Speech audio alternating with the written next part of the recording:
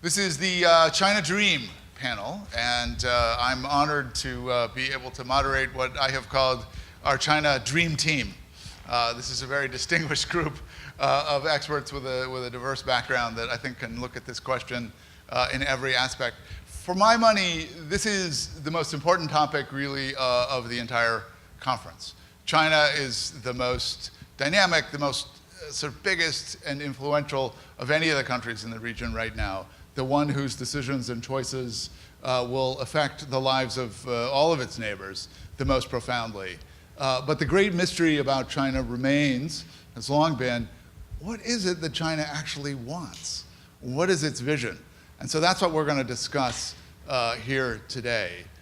This idea of the China Dream, as I have followed it, is one that has been articulated and sort of given great currency by Xi Jinping shortly after he came to office.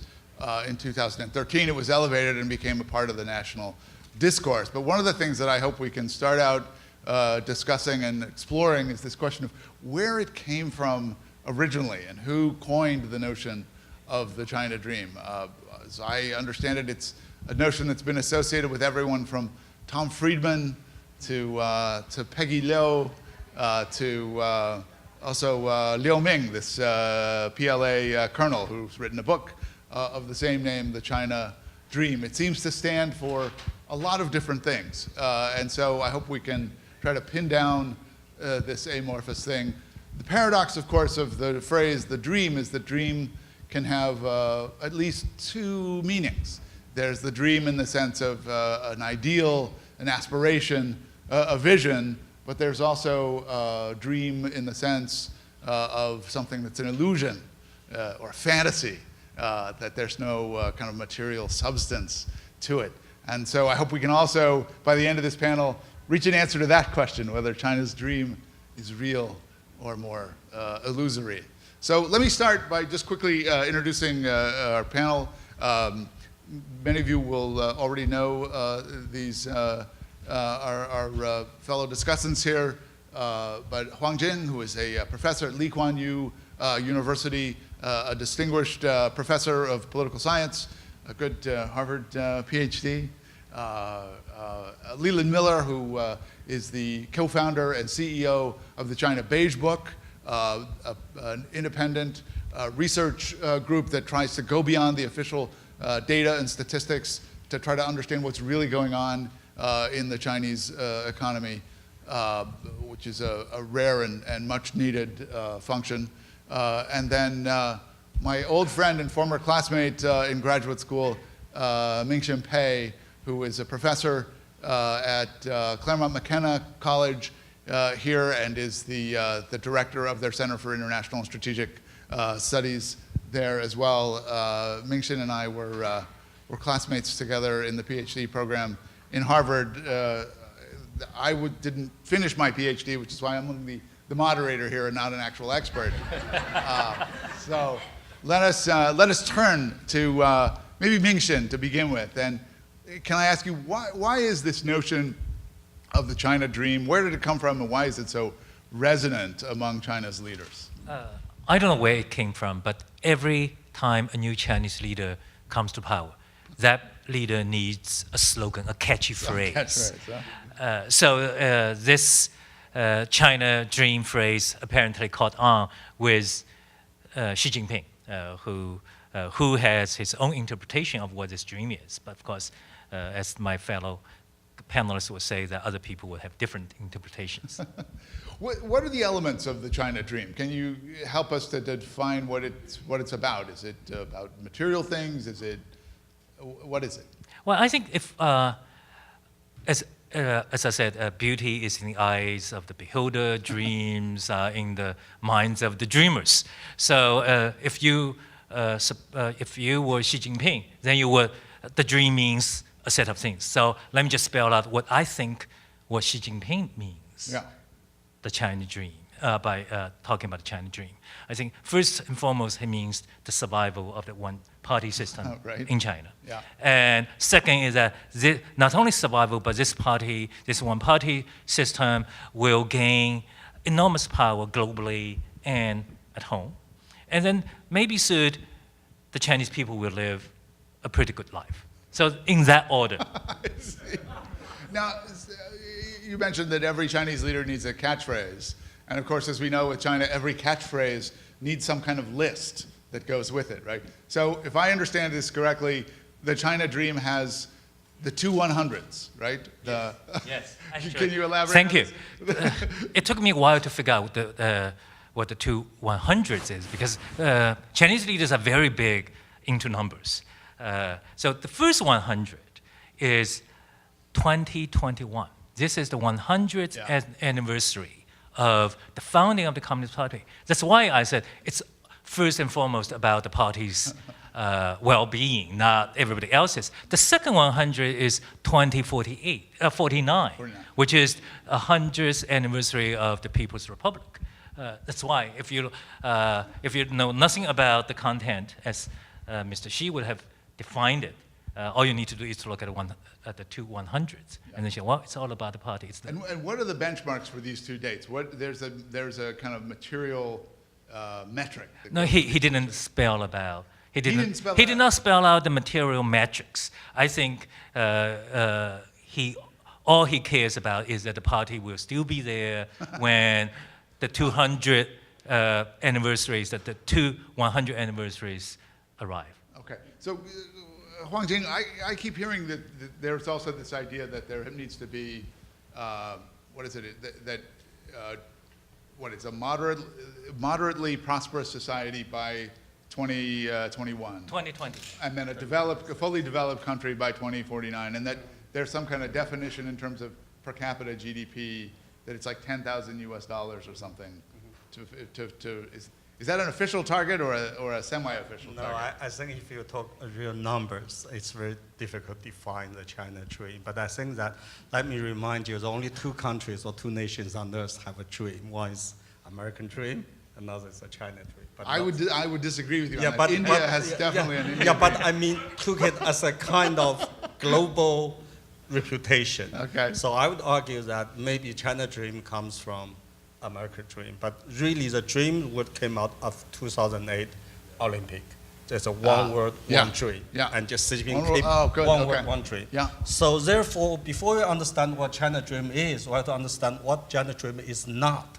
Then maybe it's easier for us to figure out. China dream is not individually centered value or concept or practice.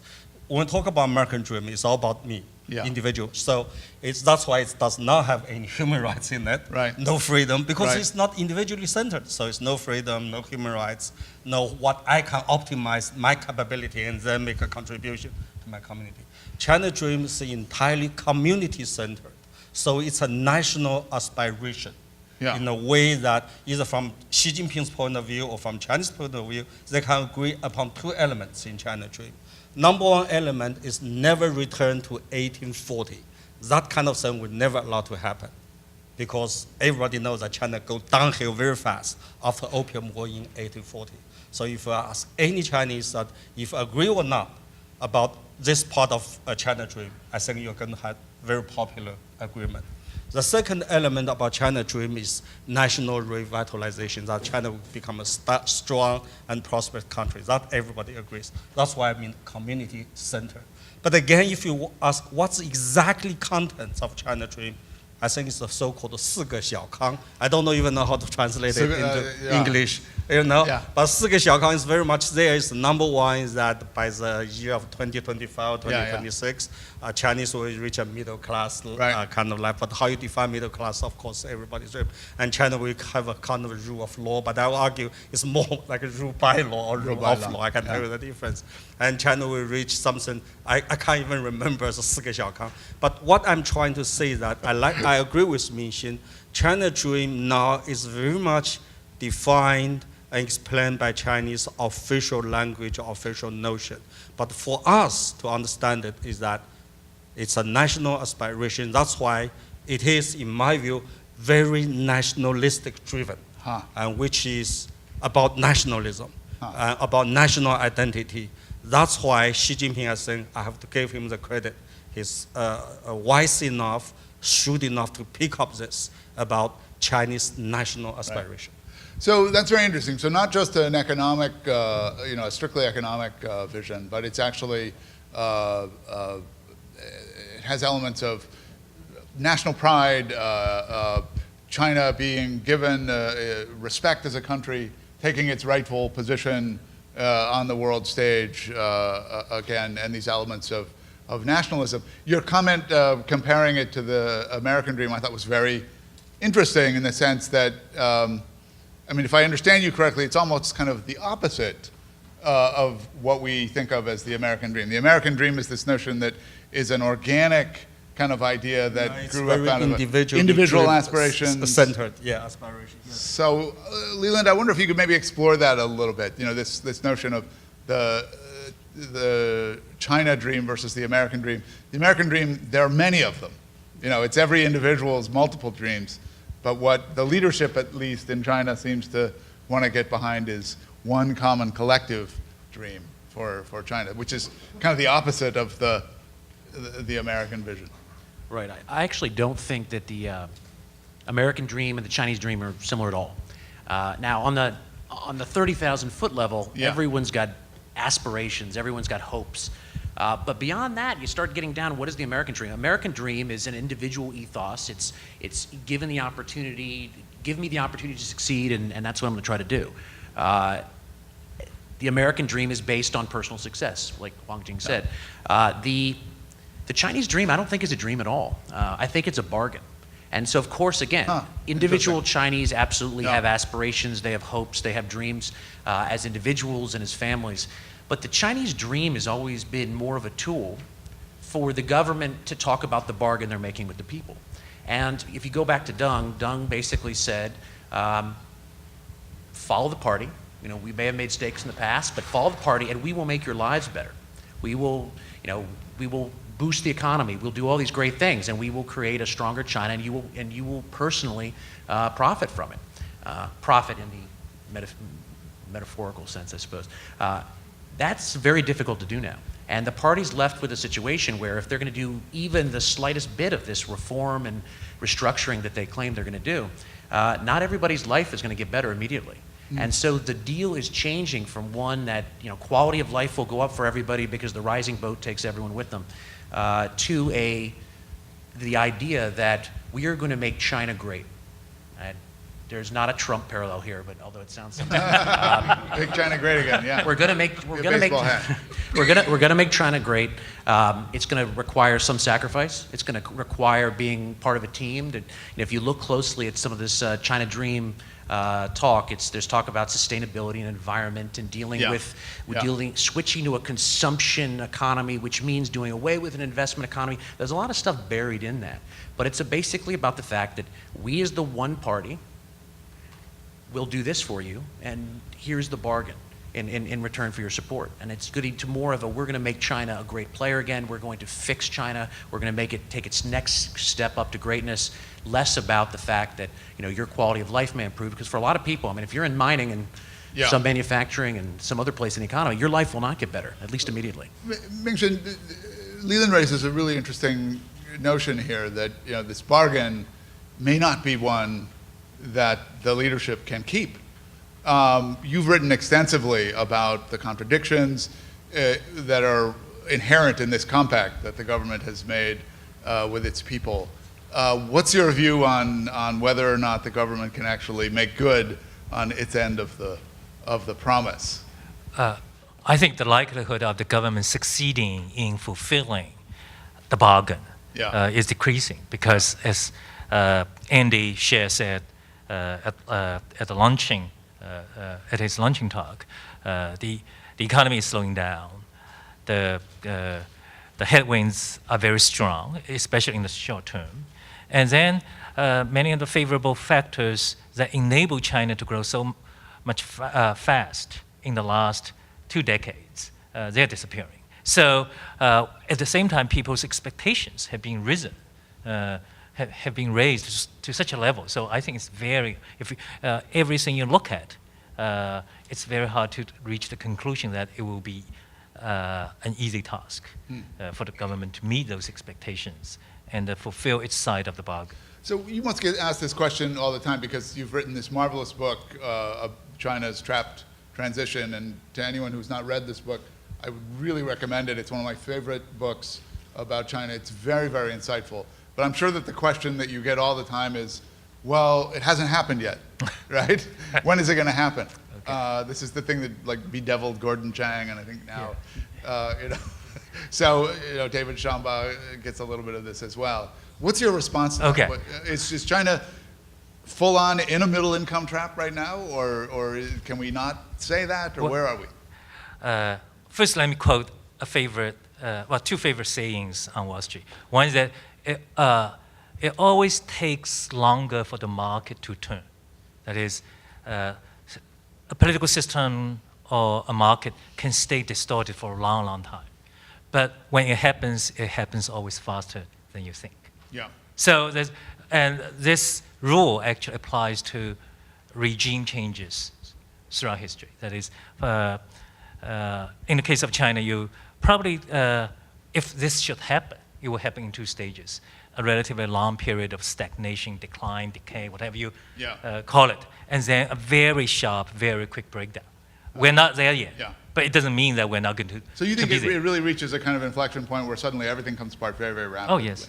So we just heard Andy get up and tell us that he's misunderstood as a China bear, and then give us another 20 minutes of reasons to be bearish about China, which I love about Andy. But relative to Andy, would you describe yourself as more or less bearish? No, I'm actually bullish because You're bullish. what is holding China back, China's potential back, is not the lack of economic dynamism, entrepreneurship, technical innovation. It's really the one-party system, which is a very predatory system that sucks the wealth out of society for wasteful use, for self-enrichment. As long as this system is there, I think you can talk about China dream, but it will remain in the fantasy land. Because when you look at the data, because I'm now working on a new book, and I look at two sets of data. That is, you go through history and identify a country that has actually succeeded in escaping the middle income trap while under dictatorial rule, under one-party rule, military dictatorship, or personal dictatorship. You cannot find a single one. That actually is pretty startling. That means that history has no record of a dictatorship taking its society out of middle income and moving up to high income. And there's an easy answer to this. I'm not here to publicize this other book called Why Nations Fail. And you read that book and you know the answer is very easy. That the ruling elites always have their own self-interests in mind, and they will maximize their self-interest even at the expense of the loss of collective welfare of their society. This is fairly sort of straightforward. Okay, Jing, there's a good political science falsifiable proposition right there about dictatorial societies incapable of getting out of the middle income trap. Is that, do you share that assessment for China? First, I have to disagree that China is a dictatorship at all. I don't think China is a dictatorship. If you call Chinese political system nowadays, the best can be described as a soft authoritarian regime, but in a fast change. And so let's go back to liberal history. In 1921, when Communist Party just established, it was a very different party than we understand the Communist Party. I think if you look at the strengths of Chinese Communist Party, it is not as powerful. It's always adaptable to a new situation from day one. Like today, if you look at Chinese Communist Party called CCP, right? If you look at from the economic perspective or perspective of economic development, Chinese CCP can be called the Chinese Capitalist Party. Nobody can do capitalism better than this party. If you talk about culture, we know that under Xi Jinping, they try to revitalize the traditional culture of Chinese. They can very much call it the Chinese Confucius Party. But if you talk about politics, you can talk about Chinese confused party, very confused. You don't know it's a Communist Party or not, because the Communist Party is not supposed to have proletariat in it. Now, Jack Ma or the people like him is a party member, and Marx will tell me this. But having said that, where China can really prevent the regime collapse or state collapse, can we survive? It depends, Mission just mentioned a book called Why State Failed. I think it eventually depends on your capability, your ability to build up a political institution that is irreplaceable. If you look at United States of America, just about 50 years ago, we have the same kind of group elite who try to enrich themselves, corruptions, mafia, and so on and so forth. But why we say the American system is so reconciliate? Because we have a political system here which embodies a set of political institutions, no matter it's Hillary Clinton or Donald Trump, whoever become president, they simply cannot replace or change this political institution that has lived in us. But I think that's why, to see if Chinese Communist Party can survive or not, I don't care whatever they call themselves, Confucius Party, Confused Party, Capitalist Party, if the regime can develop a set of political institutions, that would be difficult, if not entirely impossible, that would be difficult to replace. I think this regime will go But on. your view and then is I that think they can jump out the middle income trap. Yes. But your view is that China has succeeded in in creating those irreplaceable institutions, or you're agnostic about that? If you look at the history in the past 30 years, of course, no one can argue that China has not been successful. China has been very successful. Right. But if you look into the future, you say exactly because China has become so successful, it has brought about a lot of unprecedented and very difficult challenges to the China as a nation, to the Chinese people, and especially to the Communist Party's rule as a regime. So how can they deal with challenges? We determine whether China as a country, as a nation, or Communist Party as a regime can succeed or not. I would give answer to the plus side, because if you look at the past 30 years, I always ask two questions. Question number one is, are we seeing a positive changes in China, especially in terms of political institution building? The answer is obvious, right? We see positive changes in the past 30 years, economically, politically. Then my second question is that, are those changes revocable or irrevocable? Mm-hmm. The answer is most of those changes are irrevocable. So you cannot go back, you have to move forward. So I think China is on its way. Because what I'm trying to argue is that there are two ways to make a change. One is revolution, another is evolution. Of course, I think myself, I like evolution. Only one word. And China is evolving itself in the way, if you look at our own history, either British or American, so on and so forth. The success is not created by revolutions. The success is through a long period of evolution. Yeah. And China is in the way of evolution. Whether this evolution will be interrupted or not, it depends. I'll stop here, but I think that China is on its way. If we cannot predict the future, we can only learn something from the past and then try to make the best in today. I think in that way, again, let me repeat myself, the strength of the so-called Chinese Communist Party is that this party has proven to be so adaptable to a new situation. Then we've talked about the China dream and the American dream. I'm interested in exploring the relationship between the two of them. China always talks about win-win. We heard Ambassador Bartshevsky mention the genesis of that concept in U.S.-China relations this morning. But I was fascinated by her account of how she sees the relationship between the two countries as having evolved, where China has kind of, as its economy has matured, has become less open, less receptive to foreign capital, to foreign technology. It's driving harder bargains, the indigenous innovation agenda, which morphs into the, as Jim explained to us, the manufacturing 2025 agenda, all seems calculated to reduce the presence of foreign companies in the Chinese economy, to sort of minimize the degree to which they share in the China dream. You work for with a lot of foreign companies trying to figure out what's happening in China, what the economic data actually means. Do you see these two dreams as kind of mutually exclusive in a way, or are they interdependent? Can they not achieve each other's aims without the other? Well, I see them as very distant.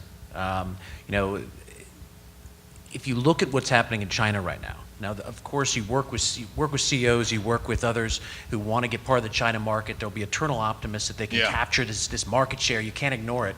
But the reality is things are going the other direction right now. And it's hopelessly naive to think that the major obstacle for foreign investors isn't going to be a more and more closed society. Now, the bullish spin on that is China has enormous changes it has to make, and it can't open up at the same time it makes these changes, whether you're talking about politically, which I don't believe or agree with, you're talking about economically, you have a closed capital account, you can't let outflows, so they're clamping down on things, changing them so that they don't explode in the process of this restructuring. There's a lot of justifications you can make for what's happening, but I think that you're going, at least in the short term, and likely the medium term, in the other direction, and you're going to have a less hospitable China for foreign businesses. You're having a China that is less interested in stressing individual rights. Not that it's ever been a beacon, but right now you're going to a low point. You're going to have more and more crackdowns, and you're going to have a tightened society across the board, whether it's media or expressing human freedoms, because they are very, very fearful that these changes are going to uproot the party. Huh. And one of the reasons you can never have an American dream next to a Chinese dream is that an American dream, and we see this every few years. This is not an American thing. This is a Western thing. When you don't like who's in power, you toss the bums out. Yeah. And no matter how good you are, at some point you'll outlive your usefulness, you'll outlive your welcome, and you'll toss the bums out. Both parties, multiple parties, whatever it might be. So you have an automatic pressure valve in the system that when you want change, you just elect a new leader, and maybe they don't give you what you want, but then you get another leader, and you just keep going down this. You don't have that with a one-party system, and that's why there's tremendous worry, and this is why things are being clamped down on so much in China. There's so much worry that if there's any room for maneuver, that this protest against the changing conditions and the very significant economic dislocations that are going to come from a restructuring, they'll oppose the party for this. So I think that these dreams are just headed in opposite directions. That's a great point, and it causes me to wonder, and maybe Ming-Hsin, you can address this, and maybe we might take some questions here, but the degree to which there's really this kind of divergence in sensibility at the level of the leadership and the general populace in China. We've heard several people today mention this kind of idea of this kind of paranoia that you alluded to. I mean, it's exactly the throw the bums out. That's what the party fears will happen if people are too dissatisfied. So at the party level, at the leadership level, there's this tremendous insecurity as Xi Jinping tries to tighten control. And yet, as I spend time in China, as I sort of talk to Chinese friends, and even as I work with people who are close to consumer trends in China, all the evidence and the data and the anecdotal experiences that I have tells me that among ordinary Chinese people, something very different is now going on. That they are becoming a much more, American sort of individualized nation, if you will. They've got a little bit of wealth. There's this rising middle class. They have different preferences in terms of what they like, they don't like. Right now, we're moving a little bit into a kind of almost post-materialist period in China, where people are less besotted with luxury goods and owning material things. They're spending more of their money. McKinsey's done a bunch of work on this recently that's really fascinating. More of their money on experiential things. They like to travel more. So a real shift in the types of things that they buy. And then there's this yearning for spirituality. Not necessarily being in a formal organized religion, but it's part of the reason that Confucianism is at a kind of a revival. There seems to be a growing underground Christian community in China that nobody can quite explain why that's happening. There's this kind of yearning for kind of post-material satisfaction of some sort. And the response at the official level to that has been to tighten up even more. How stable do you think the leadership is right now, Ming-Hsin? Is it, or is all these sort of contradictions, if you want to call them that? Is there reason for them to be truly paranoid? Is that a fair word? I think that leadership itself has undergone a tremendous change since Xi Jinping came to power. Before 2013, the Chinese leadership more or less was unified in the sense that there were no fundamental differences that would make one group or a set of individuals insecure. But in the last 3 years, we've seen a revolution, a political revolution, which has brought back a sense of fear, a sense of deep personal insecurity among the top leaders. And this is, this we saw disappeared after Mao's death. So within the party, there's much less unity. And for a one-party system to survive, leadership unity is quintessential. So that's one. And as for the society, why when Xi Jinping assumed office, the first speech he made was about the Soviet Union. He talked about the fall of the Soviet Union, and that indicated a sense of danger, a sense of insecurity. And I've thought about this, and I've seen all kinds of excuses or theories, hypotheses being proposed to explain why the Chinese middle class will be fundamentally different from middle classes in other parts of the world, because middle classes in other parts of the world played a very important role in changing their political systems. My view, my counterpoint is that they have not done so does not mean they will not do so in the future. What's important to remember is that A, psychology changes very quickly. I challenge people to tell me the day before the Berlin Wall came down, the people in East Berlin were thinking that they were going to tear down the wall the next day. But the next day, they all woke up and felt differently. So that's why we could not rely on psychology to make predictions about the future. The second B is that the party is right in thinking that as long as Chinese society has changed to such a level that individuals possess capacities to change the system, to change the political system. What kind of capacity? They have more wealth, they have more knowledge, they can organize political activities more easily, they live closer to each other, and they have different values. As long as they have this kind of people, they face a perpetual existential threat. That's why the party is very insecure, and I'm actually very optimistic. I think that's why it's really a matter of time before the Chinese middle class wakes up in the morning and say, we just cannot live under this system anymore.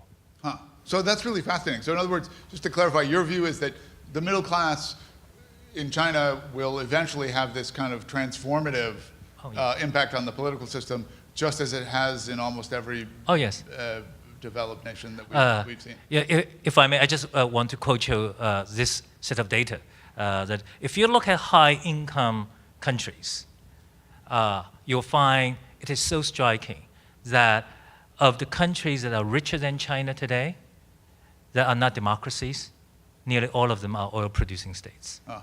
So when you have oil beneath in your country, you don't have to have a real middle class. Yeah. But if you actually have to develop, you're going to produce a middle class, and the middle class is not going to allow their government to steal their money at will.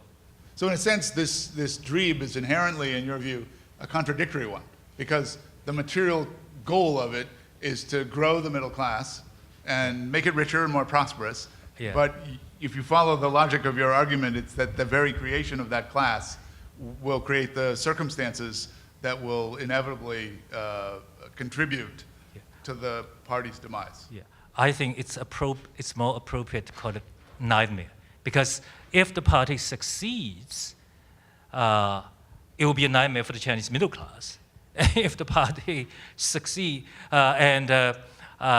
in defending its perpetual hold on power, but if the party fails to keep the middle class in line, then it will be the nightmare for the Communist Party. So I think that's probably the more likely outcome.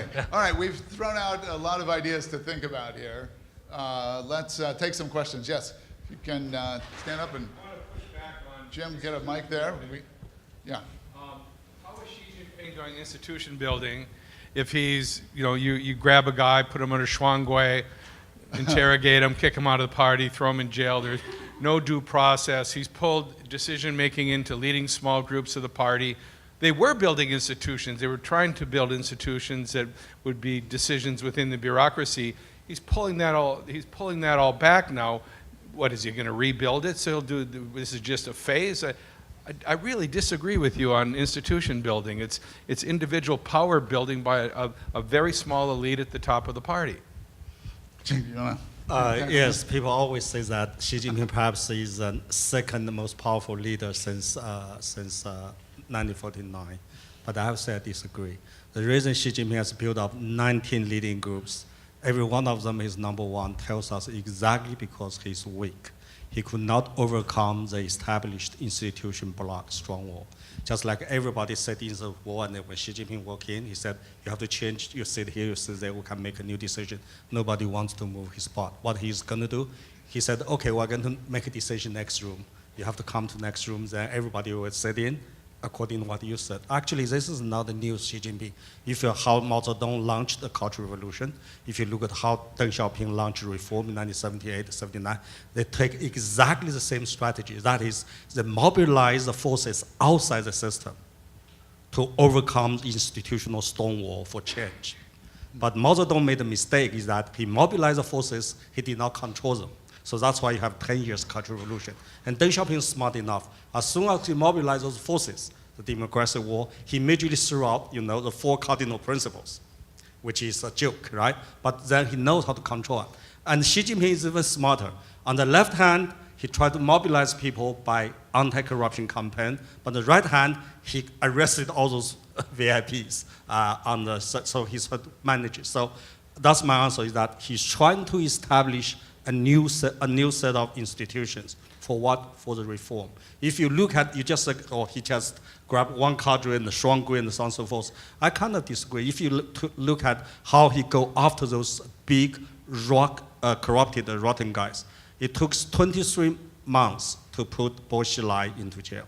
It took another 23 months to take Zhou Yongkang in court, 26 months to put Lin Jihua in the country. What he's trying to do is quite different from Chairman Mao Zedong. If Mao Zedong doesn't like me, he just put me in jail, no matter any trial. What Xi Jinping is doing is that he arrests your shower first, and then arrests your children or your secretary, eventually go to you. His approach is that because he doesn't have that kind of power, his approach is try to make a compromise with you.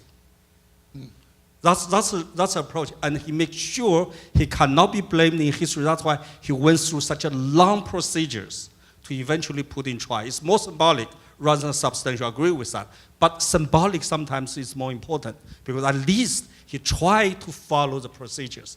But having said this, let me say I'll make one point now quick, is that anti-corruption is not just a political struggle. It's an economic struggle. It's anti-corruption. Because to restructure China's economy, Xi Jinping will have to redistribute the resources.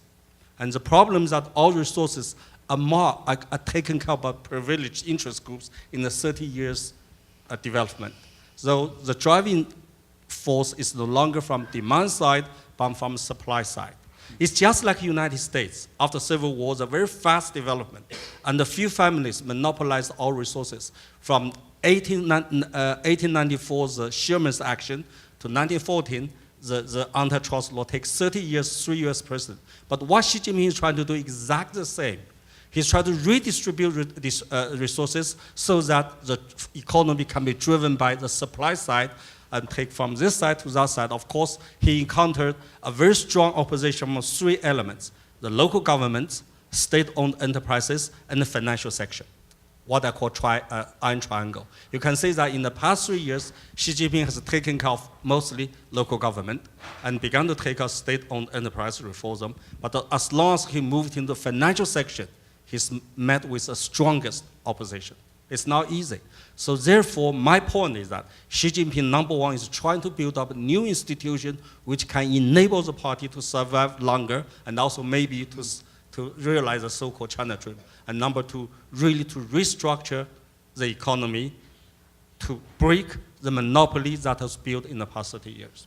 A lot to think about there. Yeah, go ahead. Yeah, Mike, Peter Newman, I'm with Broad and Wright at the law firm. I'd be really curious for you to I'd be very curious if you could provide us with a bit of color on The state and trajectory and role of civil society in China. When I say civil society, I'm going to assign the following meaning. It's really any sort of social organization to meet some kind of social or political need that's not being met by the government. I think it's a lot larger. My general impression is that it's really much larger than most people realize, and it's growing. I'd be just curious to hear your observations. Give some examples of what kind of institutions you're thinking of, civil society. It could be an NGO that's trying to help handicapped kids in a village, for example, as simple as that. Huh. Just really anything where a need is not being met by a government agency, so people are just getting together and doing it. Are you thinking of domestic NGOs, or are you? Oh, no, domestic. That's. Okay. I mean, I think the foreign activity of foreign NGOs is part of the fabric, but I'm just curious of what are they doing? What's the role that they're filling? How do they impact the overall political landscape? Do you want to field that one? 20 years ago, I wrote a paper on this topic. I think NGOs are growing, but the government still maintains a lot of control and restrictions. So even if the numbers are now larger than they used to be, and they are performing more functions, it could be this sector could be a lot more vibrant had there been less control. And as far as I'm aware, is that there are still certain areas the government is very sensitive. Religion, for example, church activities. The government is very, very sensitive about churches doing things other than religious rituals. So the quick answer is that the sector is growing, but the sector would have grown a lot bigger had there been less government interference. But the government actually fears NGOs. If you look at Chinese NGO laws, it's not a law that's designed to encourage NGOs. It's a law designed to control NGOs. That's a fascinating point. I'm thinking of Bob Putnam's idea of civil society and how important civil society is. And it doesn't, we often go to thinking of religion or these kind of welfare providing organizations, but sometimes it can be even simpler than that in a burgeoning capitalist society. I remember in Shanghai having a friend who had figured out that people who had the same type of Volkswagen car that he had were interesting people that shared a lot of his common interests, and so he formed a club, and he used the internet to sort of popularize and attract other people that owned the same kind of vehicle, because he said, there are probably people that make about the same amount of money, they have the same degree of education, they probably have kids that are about the same age. This got to be a very popular club. And they would go and have excursions together on the weekends to the point where one weekend they all got together and spelled out the name of their vehicle in a big sort of empty lot outside of Shanghai. And by this point, they were so big and so mobilized, they attracted the attention of the Gong'anzhu. Yes. Right? It's like, wait a minute, this is a political, mobilized organization here, and maybe it's just around a car, but we don't control you, and that causes us concern. So any kind of NGO, when it gets to be a certain critical mass, I think aspires some controversy in the Chinese system. Yes? My name is Kathy Moon, professor at Wellesley College, and also with Brookings Institution in Washington. Thanks to everybody. One comment I have, and then I have a question, is that the comment is that most of you have talked at the elite level about the China Dream, so I'd be curious about any one of you, and perhaps it would tie in with the civil society question, but how do common people interpret this? Sometimes when a state brings out a certain rhetoric, that rhetoric can actually do good and work and mobilize a society toward the end that the state envisions. At other times, the concept itself can raise expectations that will frustrate people. So I'm curious, not from an organized perspective, but from common people's perspective, or do they just ignore it? When you say common people, what do you mean by that? Give us a little more context. Non-elites, Yeah? non-elites. What do you mean? The millions, the hundreds of millions of people in China. Okay, good. Right, And the question is, you're talking about the China Dream as if China is contained, all of the possibilities for economic reform, et cetera, as if these things are contained within the boundaries, territorial boundaries. But the reality is there's foreign policy, there's international politics, there's the international economy. In your view, what are some specific international foreign policy challenges that could upset the China dream or propel the China dream for the state, for the elites, from their perspective? Okay. Anybody want to volunteer on that one? Okay. First, the Lee Kuan Yew School of Public Policy, we train about 80 million Chinese cadre every year in Chinese. And actually, I discussed how many? 80. About 80? 80, yes. Million? 80, not million. Oh, I was gonna say. 80 people. 80 cadres. All right. And since Just wanna make sure I'm hearing that 2010, and we taught them in Chinese. I discussed this issue exactly you said about China dream. Of course, I have different answers. But my understanding is that Chinese Communist Party or regime try to lead people. China dream is not something you want to achieve. China dream is about your national identity. That's why they put so much nationalism into China dream. That is, if you think Chinese, if you think China should be a great country, then that's your China dream. So it's more about your political national identity, and they have been, I have to give the credit, quite successful. But for your second question, what is frustrating or not, I think that they did a survey, and I agree with it, because what drives people into revolution are three conditions. Number one, you have nothing to lose. That's why revolution always happens by proletarian work. Number two, you're desperate about your future. You don't see any hope. Number three, government does not govern.